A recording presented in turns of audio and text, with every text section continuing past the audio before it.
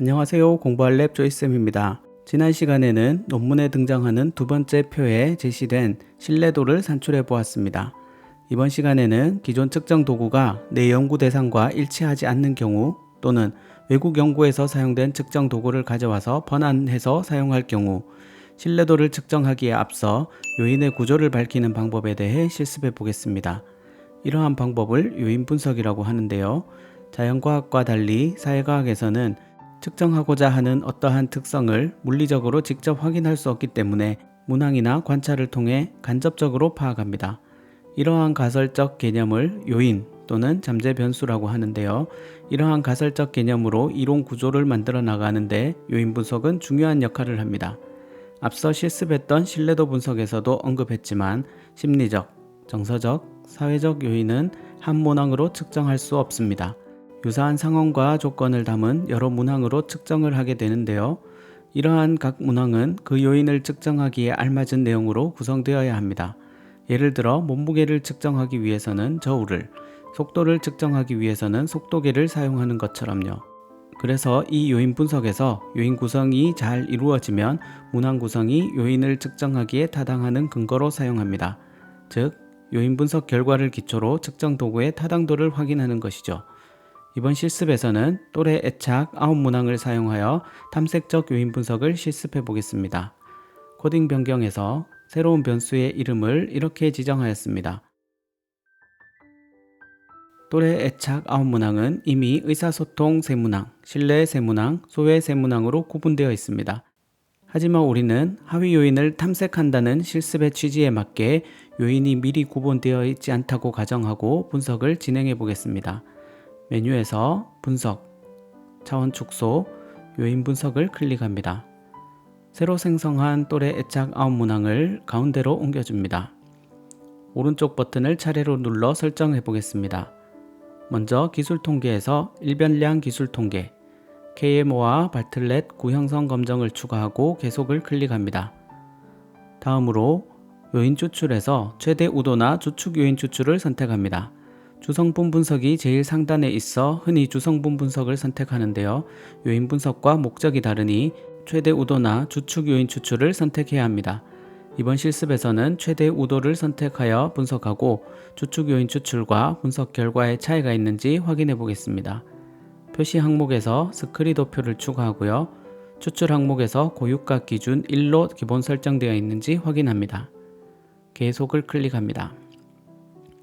요인 회전에서는 직접 오블리민이나 프로맥스를 선택해야 합니다. 흔히 직각 회전인 베리맥스를 많이 사용하는데요. 이는 요인 간 상관관계를 0으로 보는 방식이기 때문에 사회과학에서는 적절하지 않습니다. 사회과학에서는 대부분 요인 간 상관관계가 나타나고 이를 반영하여 요인 구조를 설명하기 위해서는 요인 간 상관을 허용하는 사각 회전 방법을 사용해야 합니다. 따라서 직접 오블리민이나 프로맥스를 선택합니다. 이번 실습에서는 직접 오블리민으로 회전 방법을 설정하고 프로맥스로 분석한 결과와 비교해 보겠습니다. 계속을 클릭합니다. 다음으로 점수에서는 요인 점수를 변수로 저장할 수 있는데요. 이건 이번 분석에서 생략하고 넘어가겠습니다. 옵션에서는 크기 순 정렬을 추가하고 계속 확인을 클릭합니다. 가장 먼저 기술 통계량이 제시되고요. 다음으로 KMO와 바틀렛 검정을 확인할 수 있습니다.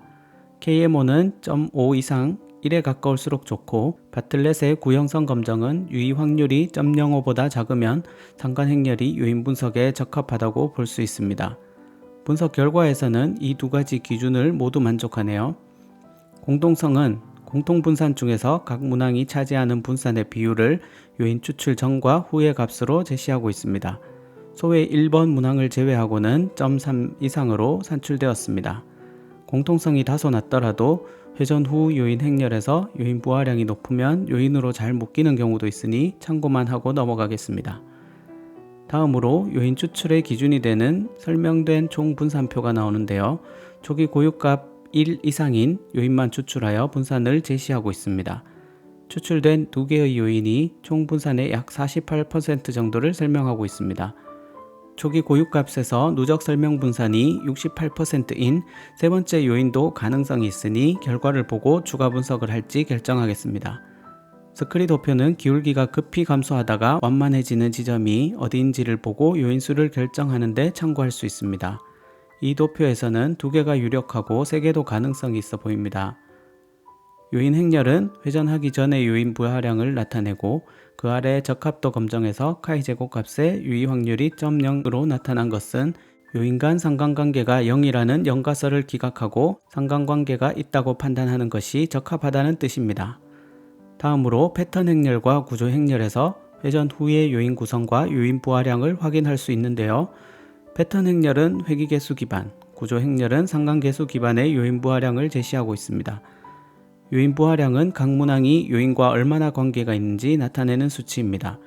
신뢰 1은 1요인과 관련이 높고 2요인과는 관련이 적습니다. 이렇게 내려오다가 관계가 교차되는 지점이 있습니다. 소의 2를 보면 2요인과의 관련이 높고 1요인과의 관련은 적습니다.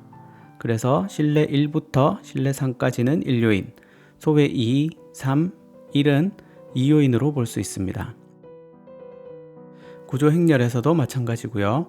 신뢰와 의사소통이 1요인에 같이 들어있는 모습을 볼 수 있습니다.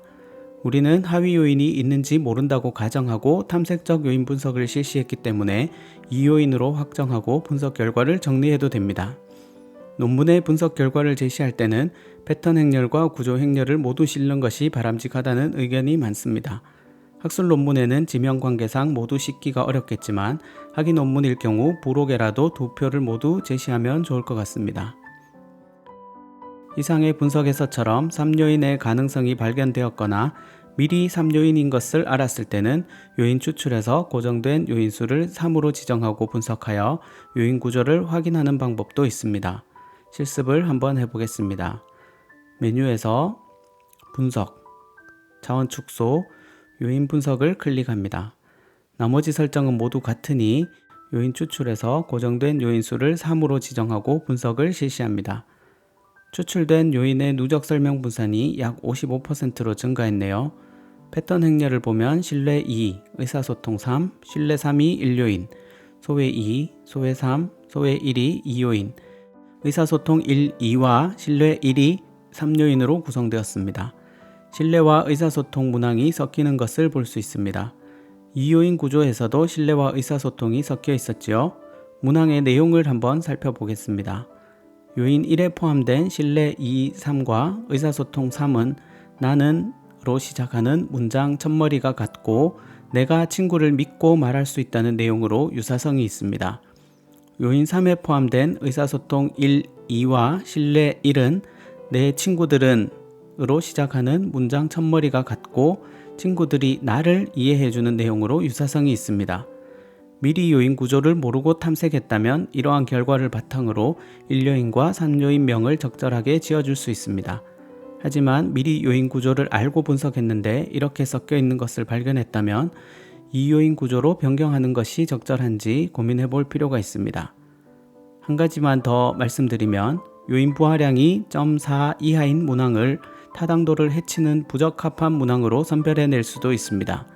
연구자의 판단이 필요하니 선행 연구에서 어떻게 활용되었는지 탐색하거나 확인적 요인 분석 같은 후속 분석을 통해 재검증할 필요가 있습니다. 다음은 추출 방법에서 최대 우도, 추측 요인 추출, 그리고 회전 방법에서 직접 오블리민, 프로맥스로 각각 산출한 결과를 비교하여 보여드리겠습니다.